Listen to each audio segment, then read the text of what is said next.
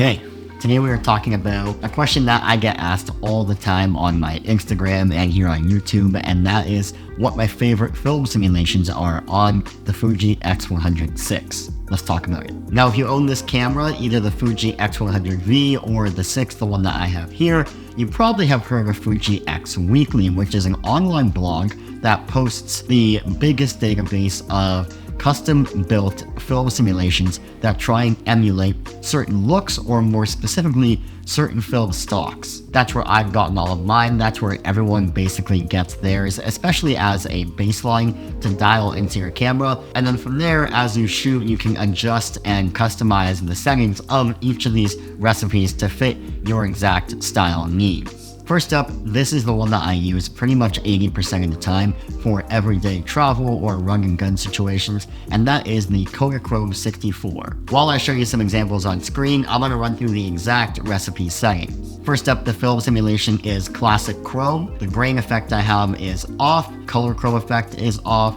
Color Chrome FX Blue is off. My white balance I actually have set to shade, which I like as kind of like a green yellowish hue for most use cases. If I don't have it on shade, I'll have it on white balance auto, but most of the time it's on shade. Dynamic range I have set to DR200. The tone curve I have set to the highlights are at negative 0.5 and the shadows are also at negative 0.5. Color I have set to +1. Sharpness is at +1. High ISO noise reduction is at -1, and clarity is at 0. Even though this one is called Krome 64, I actually think it gives a bit more of a Fuji look and feel to the images. I usually always like a warmer, greener tint to my images, and this one produces really nice images with a nice, slightly lifted shadow while also retaining most of the highlight information and kind of squashing the brightest whites to be much more muted light gray, if that makes sense. They're very comforting images to look at, not too extreme with the edit, kind of a fastball down the middle. Again, I use this for pretty much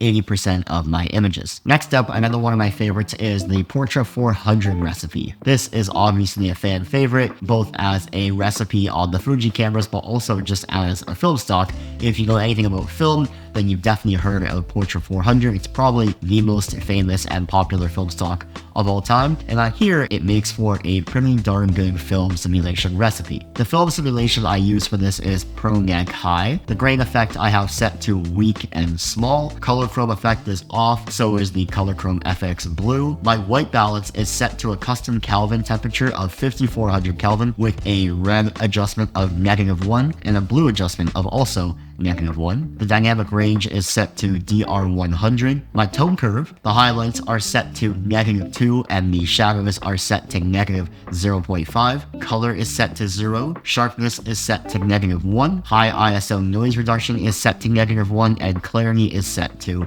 0. This is another pretty basic recipe. It's not too extreme in the look and feel of the images, but if I had to choose one between the Krome 64 and the Portra 400, I'm almost always going with Krome 64. I find that this Portra 400 recipe works better with the built-in flash for nighttime photos, but that's just my personal preference. Otherwise, I do find that it renders the skin tones a bit too magenta, but I do like it for everyday shooting, especially in an urban setting like here in Toronto or where I was recently in New York. And then a bit of a fun one that I like to bring out every once in a while as a bit of a challenge, the Ilford HP5 black and white recipe. Ilford HP5 is probably one of the most famous black and white film stocks of all time, and getting to emulate a pretty similar looking feel on this guy is kind of impressive. The film simulation we use for this one is the Acros yellow filter, which on the camera is described as slightly enhances contrast and darkens skies. I like the look of this, and it does match the Ilford HP5 look and feel. Very high contrast, I mean not crazy high, but high enough contrast with a still slightly muted black feel or shadow feel to the images, and not so much contrast that it's just like it looks like a badly developed image. Just has enough contrast that draws your eyes into the important things in the frame. It's important to note that there are a few Acros filters on the camera, and the one specifically for this filter that we're using is the Acros Plus Yellow filter. For this one, we have the grain effect, the color chrome effect, and the Color Chrome FX Blue all turned off. We have my white balance set to auto white priority, which is the default for the black and white film simulations on this camera. My dynamic range is set to DR100. The tone curve I have set to the highlights are at -1.5 and the shadows are at +1. That highlight being the -1.5 will help to bring back those bright highlights, the bright white to the image, and kind of again make them that light gray color, while the shadows at +1 will help to lift or bring up the shadows from being too contrasted. My sharpness I have set to +1, my high ISO noise reduction I have set to -1, and the clarity is at 0. Okay, this last one is a bit of a bonus. So on the iPhone, on the VSCO app, one of my favorite all-time filters is the M5 filter, which is very warm,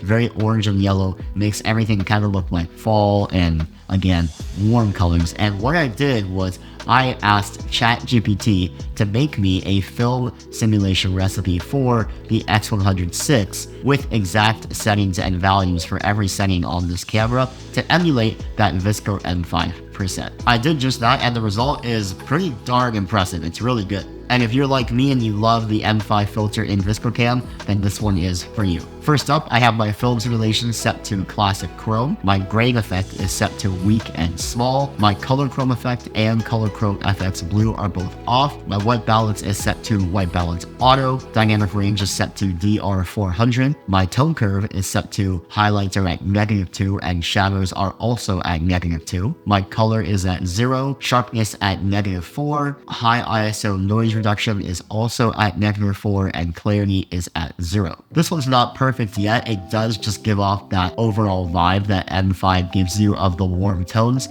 but I think I might still try and dial this one in a bit further. And that's basically all the film simulations I use on this camera. Like I said off the top, I'm pretty much on Kodachrome 64 for 80% of the time because that's my personal favorite look and feel when it comes to images, especially on the Fuji cameras.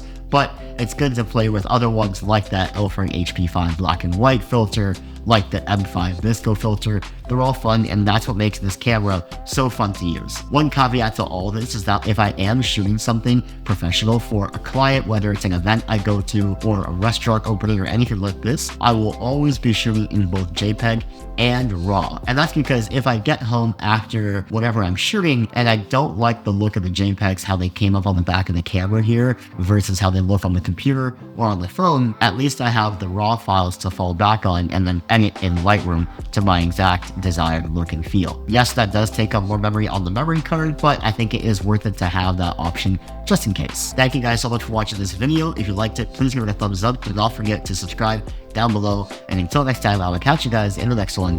Peace.